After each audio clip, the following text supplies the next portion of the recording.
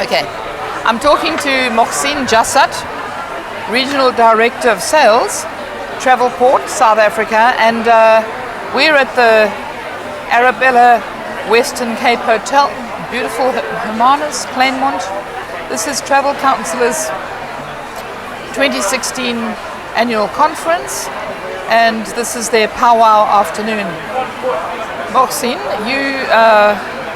I know that you have experience in other industries before you came to Travelport, and you've got quite a sort of wide view because of that.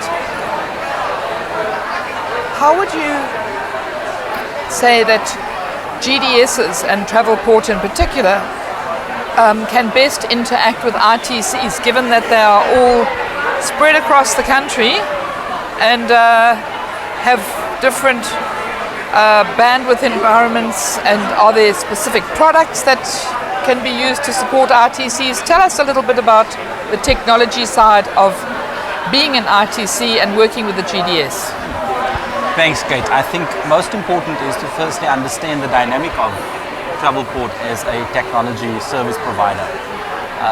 It's a far-reaching experience. It's something which is certainly premised on the availability of network lines, the availability of content in the service provision that we sell to our customers.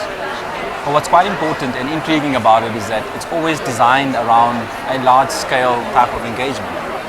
With the advent of ITCs, the travel technology service providers have had to rethink how best to engage with such segments of the market. And most importantly, a very important growth segment within the market. Yes. Because when all the other high-cost intermediaries, with due respect, find it difficult to transact in the market, it's the ITCs that always remain nimble, and they're able to generate a lot more revenue, a lot more business, and make a lot more out of the opportunities that they get. So having said that, the onus on travel technology is to give a solution that's tailor-made for an experience, more than just a transaction. That's my opinion. Okay. And that experience needs to be a microcosm of what they would get transacting anywhere and everywhere else. Meaning there needs to be a standardization of approach. In the case of the ITC model, specifically when it comes to travel counselors, they've perfected the art in standardizing a format, a template, a methodology of engaging with GDSs. So firstly, they have a global approach to GDSs where they negotiate a global agreement, which is then employed in all the markets that they serve. And secondly, it's there to enrich the transactional experience for each individual ITC. So it's not just a one-size-fits-all approach. It's specific, it creates relevance to the customer experience eventually.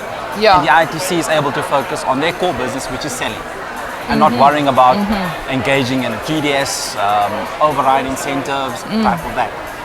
Leading to that is the kind of product that we provide, because these products are provisioned centrally for all ITCs globally within the Travel Counsellors environment. The kind of product is then insured to work, it's tested, pre-tested, and it's also cutting-edge type technology that implements these types of products. So it works basically in short. Okay, and no problems with giving everyone a common desktop, even though people have different bandwidths? So in terms of bandwidth, that's where the one limitation exists, and our response to it has been a standardized desktop. In the case of Travel Counsellors, they transact off the Galileo desktop. We're looking at an exciting, or the Phoenix solution as they currently have today, which is premised the Galileo desktop. The future and lots of discussions are underway to provide a transactional desktop, or have aspects of our transactional desktop called SmartPoint integrated. And what that means is it's greater width in terms of content, but in terms of speed and line availability, a lot of analysis goes into ensuring that the line consistency remains. So whether it's a small ITC in a far-flung part of the country, or it's a large ITC in a city centre right close to Travel Counsellors regional office in the Western Cape, they should have the same kind of access. So we do that on a case-by-case basis. Okay. It must take quite a lot of input and analysis and effort. Okay. It does. But thankfully, so Maladen's good at that, so we negotiate with him and he does the rest. I'm sure he is. Okay. So you deal with many travel agents, being part of Travelport as you are. Do you see anything different about travel counsellors? I mean, I know that you don't personally interact with every single one of them, but do you see anything different about the business they bring? Anything on that? A few salient points. One, from a head office perspective, my understanding and from what I've seen is they're very particular. Every single travel counsellor makes a difference.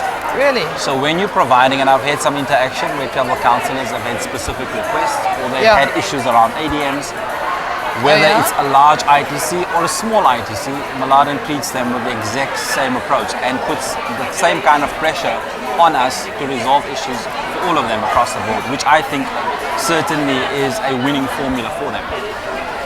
From a yield perspective, we find that owing to their depth of access in the market, they are probably generating far better yields than many others in a similar place, purely because of the kind of customer they have. And it's probably premised on the long-term relationships they have with customers. So there's a very strong corporate customer base that they serve.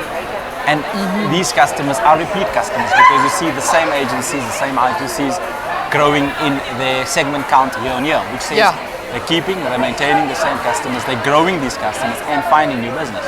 Yeah. And I think third and most important is they seem to be a very nimble, agile group. They can respond very quickly to market trends and developments, which certainly is a winning formula for them. Yeah, and that goes a long way in the current business environment, being nimble. It is. Well, thank you very much, Moshin Jassat. Nice to see you. Thanks, Kate. Thank you.